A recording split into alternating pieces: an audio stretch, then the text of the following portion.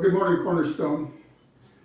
This is a surprise to me that I'm doing this by video instead of live, but this is Saturday night and I just took my temperature at home and had a low-grade fever. I think it's a sinus infection. It's been coming on for a couple days, but out of caution for everything, I decided maybe I better throw this on video and stay away from the crowds tomorrow. First of all, the backdrop, if you've never been in my office, welcome to my office. For the record, I did not kill it. No, I did not. But it's a beautiful female grizzly. She had just killed a moose, and a friend of mine was flying over and saw it. He landed with his airplane. He was on skis, and stayed overnight. You can't land and shoot the same day. So he stayed overnight, and the next morning snowshoed over to where this grizzly bear was still feeding on the moose. So now it's on my wall. He had a rug made out of it and said, "I don't know why I had this rug made. I don't want it. Do you want it?" So I've enjoyed it for quite a few years. Well, I really feel badly that I missed Walter Quadra's installation. Those are such special times, and we don't do them all that often. But as we just heard from the scriptures, to lead at Cornerstone and to shepherd at Cornerstone is to serve. It is not to be the big man. And there could hardly be a more relevant transition into our study of Jesus' life, where we are in Jesus' life today, than the installation of an elder. Because we're going to look today at Jesus having to correct his disciples' concept of what they thought it was to be a leader. Here is Luke chapter 9, verse 46. An argument arose among them as to which of them was the greatest. Now that argument might have been understandable if the disciples had all been like 5 years old or so. And in fact, it's kind of cute to hear the aspirations of little toddlers, isn't it? When you were little, what did you want to be when you grew up? If you're with anyone else right now, if you're in one of the groups or if you're with anyone else at home, I want you to turn to them and give you 15 seconds, tell them what you wanted to be when you grew up, all right? And then we're going to switch and we'll do the opposite for 15 seconds. So here we go. One of you decide which one's going first. Your time starts now.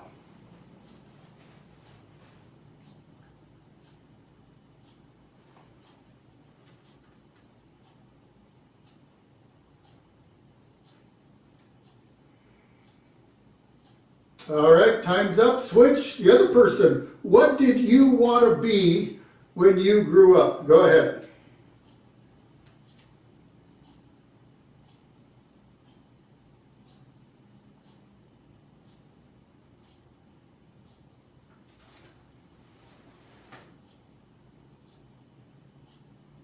All right, okay. That's enough right there. You can share more after the service today if you want. It's really normal for kids to have dreams of greatness, being someone significant. And often that significant job or role that they have in mind is influenced by somebody around them. At 3 years old, our son Blake wanted to be 6 things when he grew up. He wanted to be a pilot, a fisherman, a garden man, a garbage man. There's a great story behind that. And a fisherman and a preacher. Let's see, was that 6? Pilot, fireman, fireman. A garden man, garbage man, fisherman, and a preacher. And he said he would never be able to get married because he would be too busy with all of his jobs. And he would need his truck for all of his jobs, and he certainly couldn't leave a wife at home without a truck. We all want to be significant. We all want to matter. Every child wants to shape life so that they can control it. We want our way. And we want others to assist us in getting our own way. So the argument that erupted between Jesus' disciples was really about feeling important. It's not surprising that the brouhaha came when it did.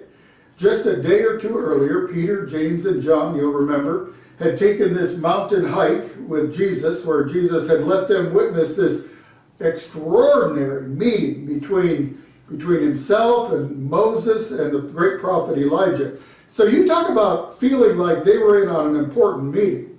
When Jesus and his 3 disciples came back down the mountain and rejoined the other 9, they learned that while they were up there on the mountain, the disciples who were not chosen to accompany Jesus had tried and failed to cast out a demon. Here's Luke 9, verse 37. On the next day, when they had come down from the mountain, a great crowd met him. And behold, a man from the crowd cried out, "Teacher, I beg you to look at my son, for he is my only child. And behold, a spirit seizes him, and he suddenly cries out. It convulses him so that he foams at the mouth and shatters him, and will hardly leave him. And I begged your disciples to cast it out, but they could not." Now just imagine, as Jesus says this, imagine the dejection and the frustration on the faces of the 9 disciples. Not only had they not been invited to the big dance, but they couldn't even pull off something that they had just done repeatedly while they were out on their mission trip. So here they are wearing this, this big old L on their foreheads. And Jesus doesn't help matters any with what he says in verse 41. Jesus answered, "O faithless and twisted generation, how long am I to be with you and bear with you? Bring your son here," he says to the guy. So Jesus casts out the demon. And then look at verse 43. "And all were astonished at the majesty of God. But while they were all marveling at everything he was doing, Jesus said to his disciples, 'Let these words sink into your ears.'" Listen up, you guys. Listen carefully. "The Son of Man is about to be delivered into the hands of men." Now this is the second time in just a short period of time that he's told the disciples what's coming.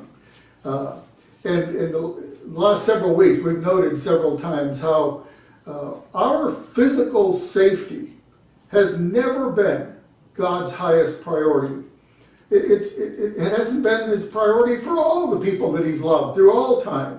In fact, the Trinity, way back in eternity past, agreed specifically to not keep Jesus safe when he came to earth. His suffering and death were absolutely necessary to fulfill the plan of salvation. And I know that many of you have experienced pain and inconvenience and stressful situations, and here we are smack dab in the middle of this pandemic, and it's been tough. But again, nowhere does the Bible guarantee us a carefree life, much less physical safety. Eternal safety? Absolutely. Don't have to worry about that at all. But don't expect ironclad protection here, because, well, the odds are pretty good that at some point you're going to die along with the rest of us. Sooner or later, everybody dies. So rather than assuring the disciples that he would always protect them from everything uncomfortable, Jesus talked about taking up one's cross. He talked about denying himself. He talked about enduring hardship for God's glory.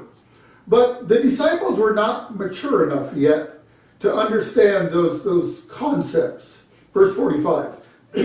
"But they did not understand this saying, and it was concealed from them, so that they might not perceive it. And they were afraid to ask him about this saying." They're kind of a dysfunctional group. And anytime you have a dysfunctional group, things can simmer for quite a long period of time and then all of a sudden pop to the surface and flare up. And in this case, an argument flared as to which disciple was the greatest.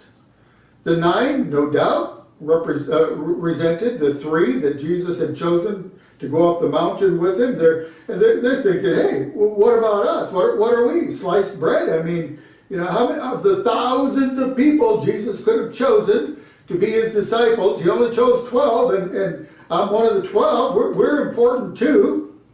And for a couple of years, all 12 disciples had front row seats in his sermons. They got to witness almost every miracle that he did. That should count for something. Jesus had taught them. He had mentored them.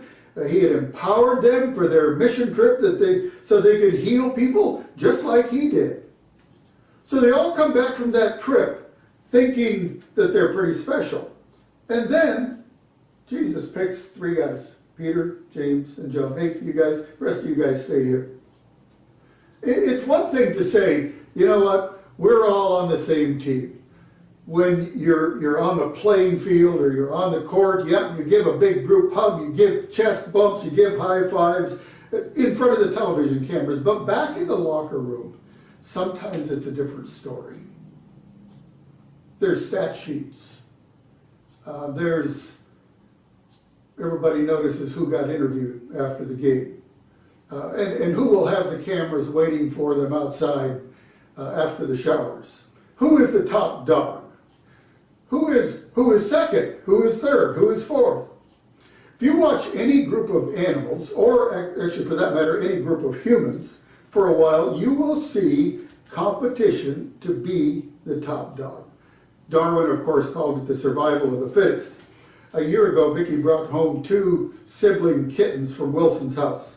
And these kittens were absolutely inseparable. We were greatly entertained by them. They chased each other around and they batted each other around, but then when they got tired, they would just snuggle up in one ball because they loved each other and they were siblings. Oh, when the kittens were 10 months old, the black one escaped out our patio door one night. I didn't know it. I opened the door and he got out.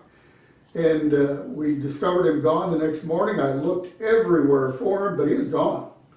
Didn't come back.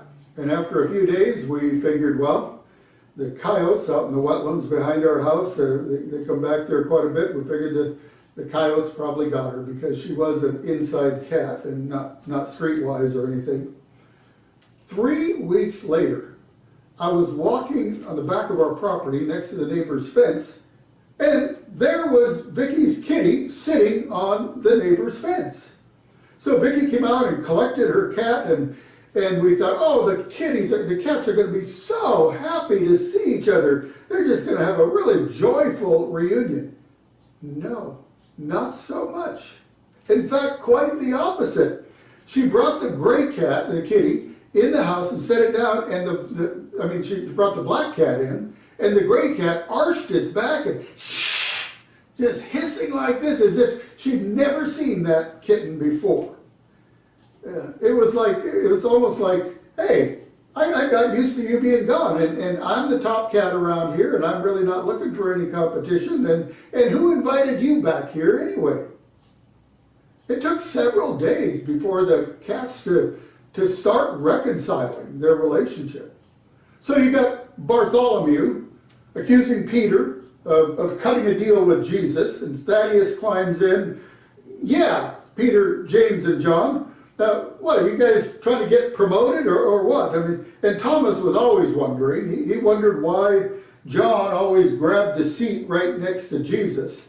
You know what the irony is? The irony is that Jesus had already selected them all for leadership positions in his eternal kingdom. He said they would each have their own throne, and they would help him judge Israel. But they're not thinking eternity, they're thinking right now. And they're worried about pecking order right here. It was a Norwegian zoologist who kind of invented the name, what's known as pecking order, 99 years ago. And if you've ever raised chickens, you don't have to read his doctoral thesis to know that if you put 10 chickens in a pen together, they will quickly form a hierarchy through a series of skirmishes. Chicken number 1 intimidates and pecks chicken number 2 without chicken number 2 pecking back at all. Chicken number 2 goes, and he takes the pecking from chicken number 1, but chicken number 2 goes and he finds chicken number 3, and he pecks away at chicken number 3, who in turn takes out her frustration on chicken number 4. The pecking order continues all the way down to the last chicken, who has a pretty miserable existence, pecked with no one to peck back. I've seen chickens peck every feather off of number 10. So much so, in fact, I've seen them kill that lowest one in the pecking order. Humans also have pecking orders. Every workplace, every school, every homeowners association, every family reunion, every sports league, and most churches have a pecking order that is fairly easy to observe. Luke 9:46 again. An argument arose among them as to which of them was the greatest. But Jesus, knowing the reasoning of their hearts, took a child and put him by his side. Jesus took a child because children had very low status in ancient Israel. Remember when the disciples tried to shoo the kids away from Jesus because Jesus was too important for children like that? He shouldn't be bothered by children. By pulling this child next to him, Jesus was not just making the point that we should be nice to children, which we should. He was communicating to his followers that they should relate to weaker members of society, and if they refused to do it, they had no right to call themselves Jesus' disciples. Christ's followers serve low members of society just as eagerly as they serve power figures. Verse 48, whoever receives this child in my name receives me, and whoever receives me receives him who sent me.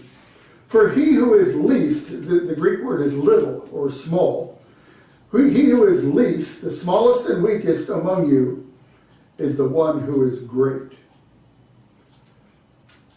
Do you think most people believe that? That last line, the person who is little among you is the one who is great. We're smart enough to know that we probably shouldn't disagree with Jesus. But I wonder if many times, Christians don't take this statement of Jesus with kind of a wink and a nod. Several years ago, Harvard Business School professor Amy Cuddy gave a TED Talk on how to project power with your body language. The YouTube video has had 18 million plays now. Basically, she said, you project power when you take up a lot of space with your body. You set your feet apart, you put your hands on your hip, you tilt your chin up, you kind of give the Superman or the Wonder Woman pose. When Brian was little, the Incredible Hulk, remember that character? The Incredible Hulk was really big, and Brian was fascinated with the Hulk. And Brian had some elastic wristbands, some sweatbands. And when he put those wristbands on, he discovered that he was powerful. He'd wrinkle up his nose and he'd stand like the Incredible Hulk, and he could beat me in wrestling when he had his wristbands on. He could throw me around the living room. There's nothing like raw power. Cuddy says, when you're closing a deal, plant your hands on the table and lean forward. When you're pitching an idea, put your feet up on the desk, clasp your hands behind your head, and lean back. She calls it the Obama. That pose, she says, communicates confidence and a willingness to take risks that people like. Whatever you do, she says, don't touch your neck. Don't touch your neck, because that suggests anxiety and weakness. She says, before you go into a high-stakes meeting, this is kind of funny, she says, get alone, could be in a stairwell, maybe an elevator, or maybe a bathroom stall. Get alone, set your feet apart, clasp your hands above your head in a V shape, and hold that pose for 2 minutes. 2 minutes. And when you're done, you will feel powerful. And powerful people get perks, don't they? Powerful people get to order everyone to stay home while they fly to Hawaii or they go to some other state for Thanksgiving. But power could be very dangerous. Abraham Lincoln said nearly every person can stand adversity.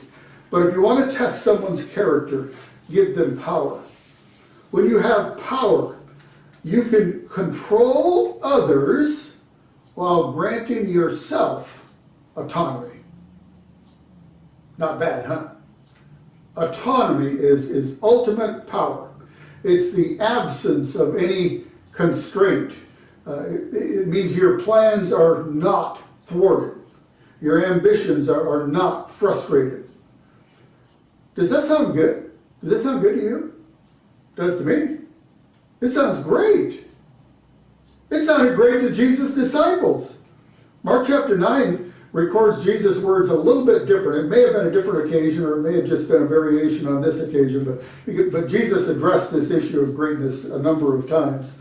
In Mark 9:35, Jesus began by sitting down, because that's what people in authority did in those days when they were going to teach. Mark 9:35, sitting down, Jesus called the 12 and said, "Anyone who wants to be first must be the very last and the servant of all." What? Are you kidding me? I think you could have knocked all 12 disciples over with a feather. Anyone who wants to be first must be the very last and the servant of all? How unnatural is that? I mean, who wants to clean bathrooms? Who wants to make school lunches? Who wants to work overtime? Everybody else is going home. Who wants to mow the grass, or who wants to pay the bills or do the laundry? Not whoever wants to become great among you must be the servant of all. That doesn't sound attractive at all. By the way, the Greek word for servant in Mark 9:35 is the word for deacon or for minister. It is the job description of church leaders. D.A. Carson wrote, "One of the ironies of language is that a word like minister, which in its roots refers to a helper, one who ministers, has become a badge of honor and power in religion and politics." In his book, The Cross of Christ, John Stott wrote, "Our world is full of Jameses and Johns, go-getters and status seekers, hungry for honor and prestige, measuring life by achievements and everlastingly dreaming of success." Jesus said, if you want to be significant in his kingdom, serve. Serve. Back of the line goes first. You go up by getting down. Countless times I have pulled an old, rubbed and kind of dirty 3x5 card out of my desk drawer. I wrote this poem down. I think it was in a book I read back in the early 1980s. It's a piece by Ruth Harms Culkin. "You know, Lord, how I serve you with great emotional fervor in the limelight. You know how eagerly I speak for you at a women's club. You know my genuine enthusiasm at a Bible study. But how would I react, I wonder, if you pointed to a basin of water and asked me to wash the calloused feet of a bent and wrinkled old woman day after day, month after month, in a room where nobody saw and nobody knew?" Those last 6 words, where nobody saw and nobody knew. It's easy to sing, "As for me and my house, we will serve the Lord. There is joy in serving Jesus. I will serve thee because I love thee." But the truth is, many of us would rather be celebrities than servants. Because servants get used, sometimes even abused. Servants have to put other people first. Servants are not in control. They are not autonomous. Over the years, I have become very cautious of people in the church who hunger for the spotlight. This is why A.W. Tozer wrote, "I believe it might be accepted as a fairly reliable rule of thumb that the one who is ambitious to lead is disqualified as a leader. Well, fortunately, the story of Jesus' disciples does not end in Luke chapter 9. It took them a long time to finally get this idea. In fact, even at the Last Supper, remember, not one disciple volunteered to wash the other disciples' feet. Jesus poured water in a basin and put a towel on his arm and made his way around the circle, washing the feet of his disciples. But something happened to the disciples between that Last Supper and the time we get to the second chapter of Acts. This is after Jesus' resurrection, after he said, "Go, be my witnesses." After Jesus' resurrection, they were filled with the Holy Spirit, and they were transformed into servants that Christ could use. Eric and Walter and the music team are going to come up front. Walter's going to lead in a great last song. He is uniquely qualified to lead this song. And then at the very end, after a final prayer, if you don't have to leave right away, we're going to put 3 questions on the screen. Here are the questions. Name some lowly or powerless people that Jesus served. Number 2, what evidence is there after the Gospels that the apostles, the same as Jesus' former disciples, they were called apostles after he left, that the apostles got the message on greatness? And then number 3, who might be the least Christ would serve if he was here today? Why don't you stand and let's sing with Walter, okay? This will be fun.